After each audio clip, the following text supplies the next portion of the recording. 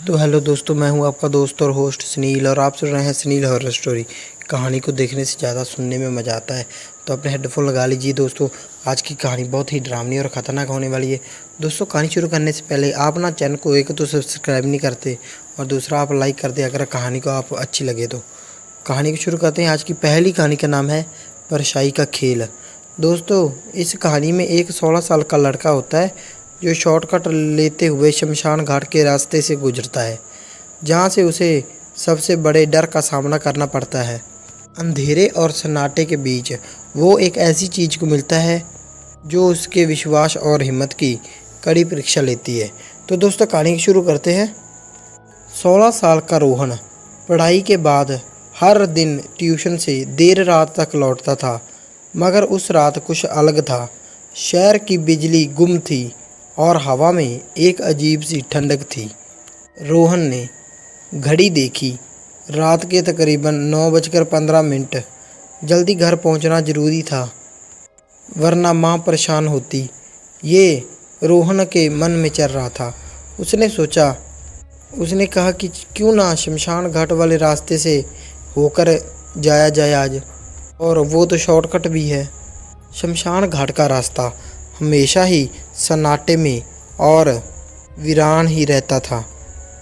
रोहन को तभी याद आया कि उसके दोस्तों ने कहा था कि रात को यहाँ पर कुछ न कुछ दिखता है जो इंसान जैसा तो है मगर इंसान नहीं होगा। लेकिन रोहन एक पढ़ा लिखा व्यक्ति था, वो इन बातों पर यकीन नहीं करता था।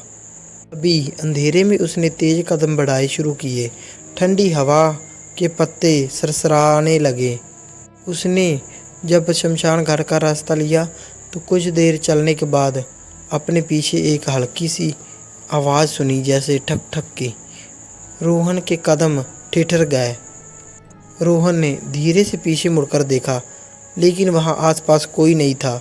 उसने चारों ओर नज़र दौड़ाई, लेकिन अंधेरे के अलावा और कुछ भी दिखाई नहीं दे रहा था।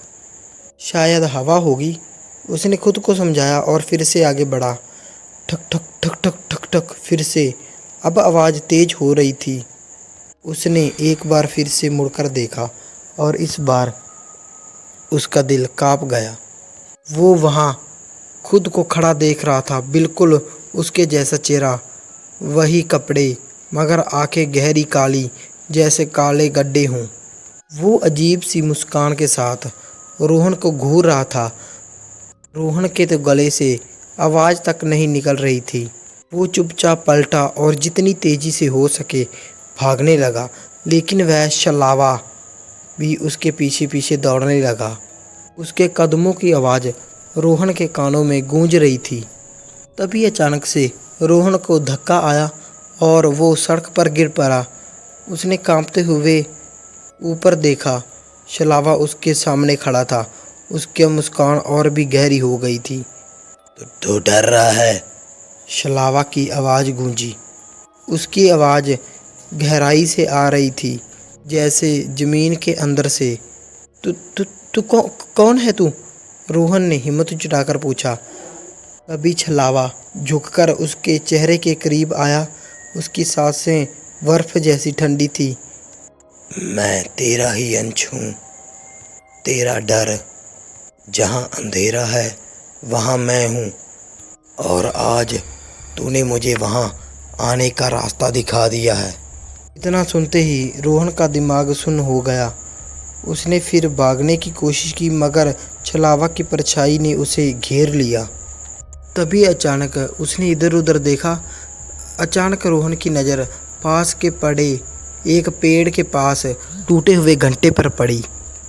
उसे को ये भी पता था कि उसके दादाजी कहते थे कि शमशान घाट के रास्ते पर जो मिले उसे नज़रें मत चुराना, वरना वो तेरे पीछा करता रहेगा। रोहन ने अपनी हिम्मत बटोरी और छलावा की आंखों में सीधे देखा। उसकी आवाज़ कांपते हुए मगर सख्त थी। तू कुछ नहीं कर सकता, मैं नहीं तुमसे डरता। छलावा की मुस्कान हल्की सी पड़ने लगी। उसकी परछाई अब जैसे धुंधली हो रही थी। झूठ मत बोल, तू मेरा डर है। छलावा की आवाज़ अब टूटने लगी थी। नहीं, तू सिर्फ मेरे मन का वहम है, तुझे ख़त्म करना मेरे हाथ में है। रोहन ने ज़ोर से चिल्लाया, मानो अपनी सारी हिम्मत अब उसकी आवाज़ में डाल दी हो। इतना कहते ही छलावा की परछाई चीख के साथ बिखर गई।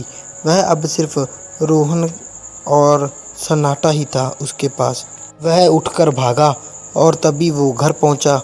उसके पैर कांप रहे थे, मगर उसकी आवाज़ में अब भी डर था और आंखों में एक नई चमक थी। उस रात के बाद रोहन ने समझ लिया कि शमशान घाट में असली भूत होते नहीं, हमारे मन का डर हमें डराता है। लेकिन जब वो अगली सुबह उठकर शीशे के सामने खड़ा हुआ तो उसे एक पल के लिए लगा कि उसकी परछाई मुस्कुरा रही है। उसके बाद सब कुछ नॉर्मल हो गया। और ये थी पहली घटना। दोस्तों, ये एक सच्ची घटना है। तो अब दूसरी कहानी शुरू करते हैं। तो दोस्तों, दूसरी कहानी का नाम है डरावने साए। एक लड़की ने अपनी बहन के साथ एक अजीब और डरावनी रात का सामना किया, जहां उसने कुछ ऐसा देखा जिस पर यकीन करना मुश्किल है। ये कहानी सस्पेंस और डर से भरपूर है, जो आपको एकदम झंझोर देगी। दादी जी की मौत के कुछ दिन बाद मैं अपनी बहन के साथ बिस्तर पर बैठी थी। बहन सो रही थी और मैं टीवी पर स्पेनिश टेलीविज़न का शो देख रही थी। टीवी रसोई के दरवाजे के पास था। टीवी देखते समय मैंने टॉर्च की एकदम से रोशनी देखी। ये देखकर मैं बहुत ही हैरान हो गई, क्योंकि मुझे समझ में नहीं आ रहा था वह रोशनी कहाँ से आ रही है। जब मेरी आंखें इधर उधर देखने लगी तो मैंने ध्यान से आंखें खोलकर देखा। जब मेरी आंखें एडजस्ट हुई तो मैंने देखा दो काले साए, एक लंबा और पतला और दूसरा मोटा और छोटा।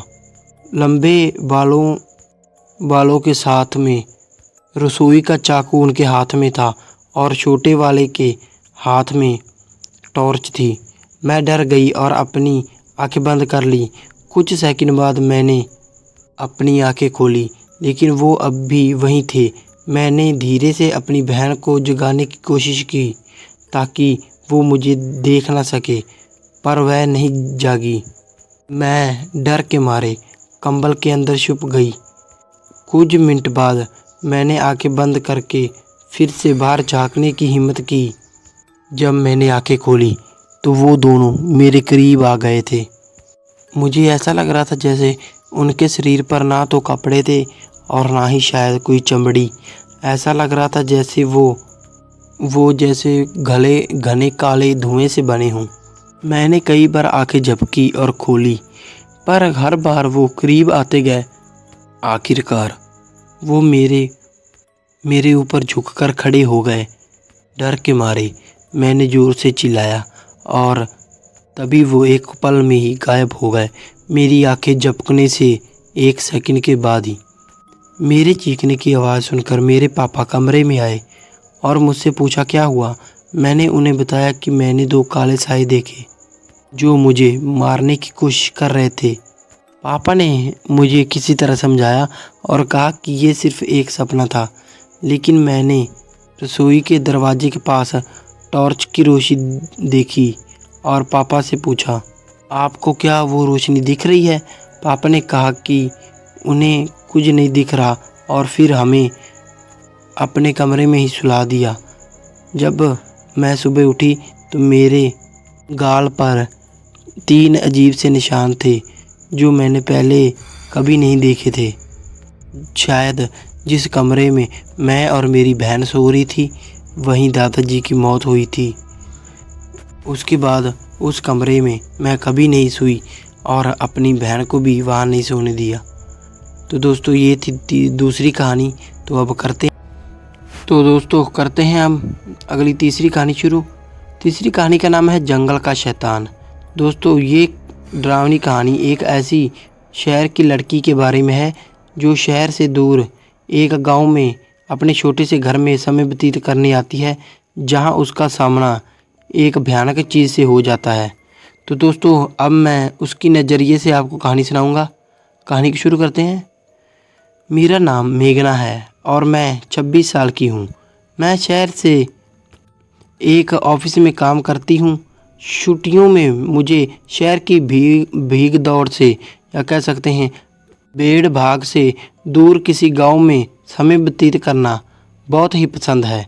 एक छोटे से गांव में मेरा घर है जिसे झोंपड़ी कहते हैं, जो कि जंगल के बिल्कुल किनारे पर बसी हुई है। पर एक हादसे के बाद मैंने वहां जाना छोड़ दिया। मैं काम से बहुत थक गई थी। मुझे आराम की सख्त ज़रूरत थी, इसलिए मैंने शहर से बाहर जाने की सोची।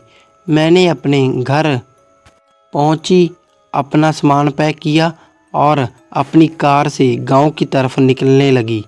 जब मैं गांव पहुंची तब तक शाम हो चुकी थी और मैं लॉन्ग ड्राइव की वजह से बहुत ही थक गई थी। मैं सीधे बिस्तर पर लेट गई और सो गई। आधी रात को मेरे कार के अलार्म की आवाज़ के कारण मेरी नींद खुल गई। मैंने खिड़की से बाहर देखा, पर वहाँ अंधेरे के अलावा कुछ भी नहीं था। मैंने अपनी कार की चाबी ढूंढी और अलार्म बंद कर दिया। जब वो तेज़ अलार्म बंद हुआ तो मैं फिर से बेड पर लेट गई और सोने की कोशिश करने लगी। थोड़ी देर बाद फिर से अलार्म दूसरी बार बजा। मैंने सोते हुए ही अलार्म बंद कर दिया। सब कुछ एकदम शांत था, चारों तरफ खामोशी थी। कुछ ही 5 मिनट बाद अलार्म तीसरी बार बजा। 1 या 2 बार तो ठीक था, फिर भी पर बार बार मैं जानना चाहती थी कि क्या हो रहा है। ऐसा तो कभी नहीं हुआ मेरे साथ, या कोई मजाक कर रहा है। पर इतनी रात को कोई मजाक कैसे करेगा। मैंने पर्दे के पास खड़ी होकर देखने लगी। थोड़े समय बाद किसी को मैंने चांद की रोशनी में झाड़ियों से बाहर आते हुए मेरी कार की ओर देखा। वो जो भी था वो काफ़ी लंबा, पतला और काले रंग का था। वह कार के पास आया और अपने लंबे और पतले हाथों से कार को नोच किया, तब भी खरोंच लगाई। अलार्म फिर से बजा, पर वह काली आकृति तेजी से वापस झाड़ियों में चली गई। उस वक्त मैं जान चुकी थी कि क्या हो रहा है। बार बार अलार्म क्यों बज रहा था। मैं वहाँ खड़ी खड़ी डर से कांप रही थी। मैंने दोबारा से अलार्म को बंद किया और इस चीज़ पर नज़रें रखने लगी। वह चीज़ फिर से झाड़ियों से बाहर आई और धीरे धीरे मेरे घर के गेट के पास बढ़ने लगी। अपने एक हाथ से उसने गेट के लॉक को खोला। मैं ये देखकर इतना डर गई कि मैं हिल भी नहीं पा रही थी। मेरे दिमाग में कोई तरह के बुरे विचार आ रहे थे। वो क्या है? वो मुझसे क्या चाहता है? वह क्या कर रहा है? क्या वह यहाँ से कभी नहीं जाएगा? मेरा शरीर में सिर से लेकर पाँव तक कंपन छूट गई। मेरा गला सूख गया और मेरा दिल ज़ोर ज़ोर से धड़क रहा था। मैं बहुत ही भयभीत थी और डर के मारे मेरे दांत टिकटिका रहे थे आपस में।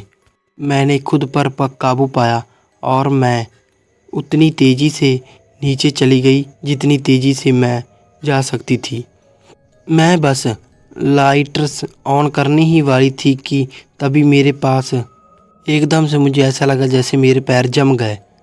वो काली आकृति खिड़की के यहाँ खड़ी थी।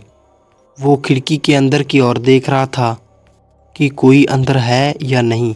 मैं जल्दी से अपने सोफे के पीछे छुप कर देखने लगी।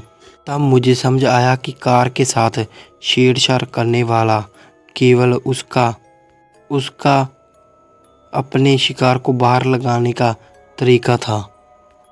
मैं उसके डरावने चेहरे से अपनी आंखें हटा नहीं पा रही थी। उसकी चमड़ी राख की तरह थी जिस पर सिलवटें पड़ी हुई थीं। उसकी आंखें छोटी और पूरी तरह से काली थीं।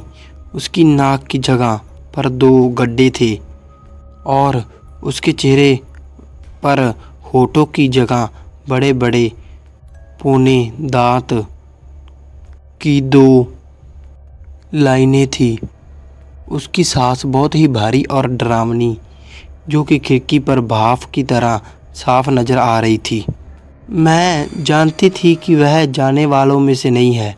खिड़की के पास थोड़ी देर तक खड़ा रहने के बाद मुझे उसकी फ्रंट डोर खोलने की आवाज़ आई।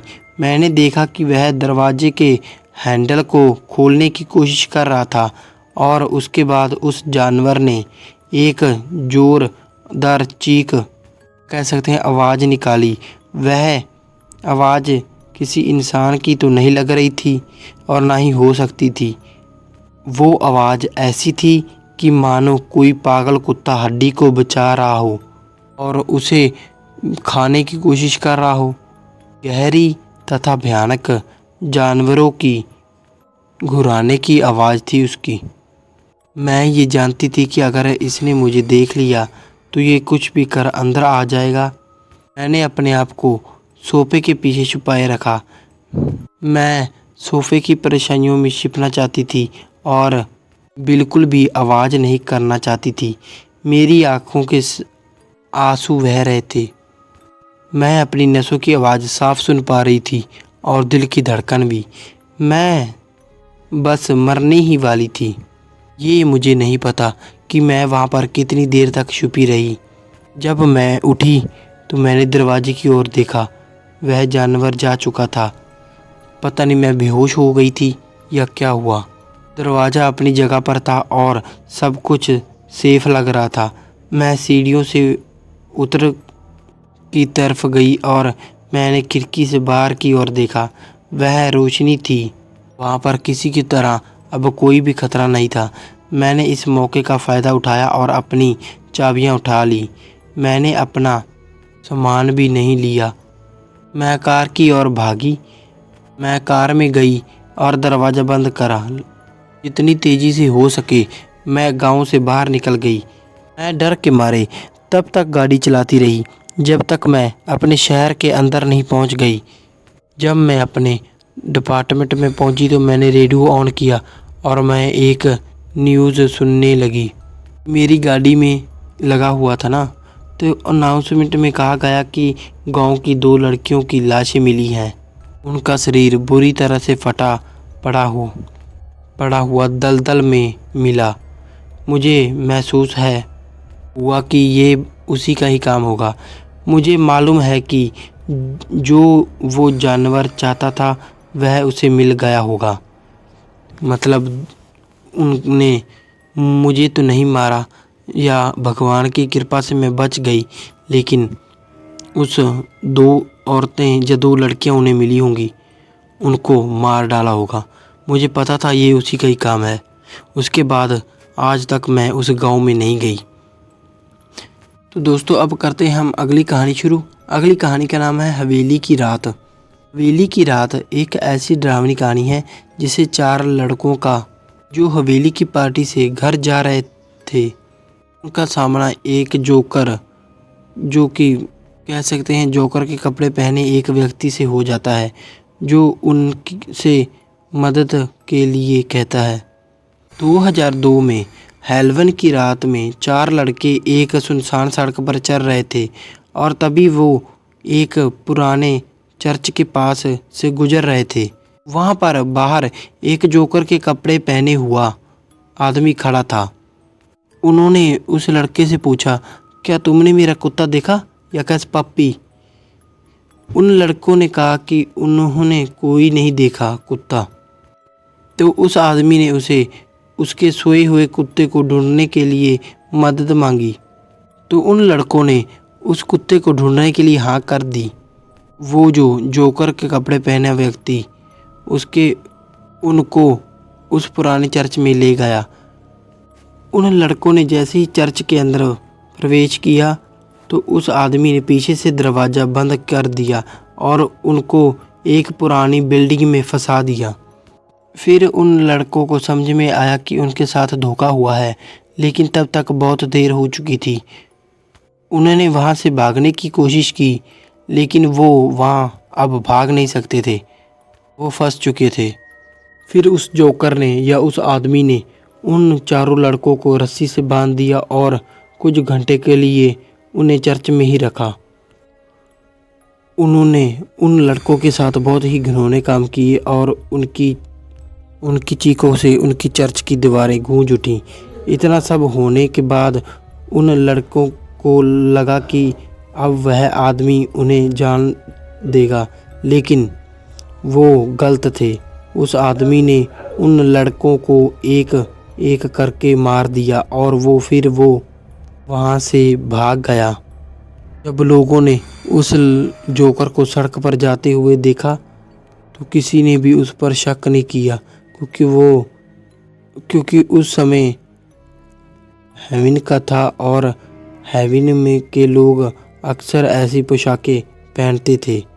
जब अगली सुबह वहाँ पर स्थानीय पादरी आया तो वह देखकर आश्चर्य था कि चर्च के दरवाजे पहले से ही खुले हुए थे।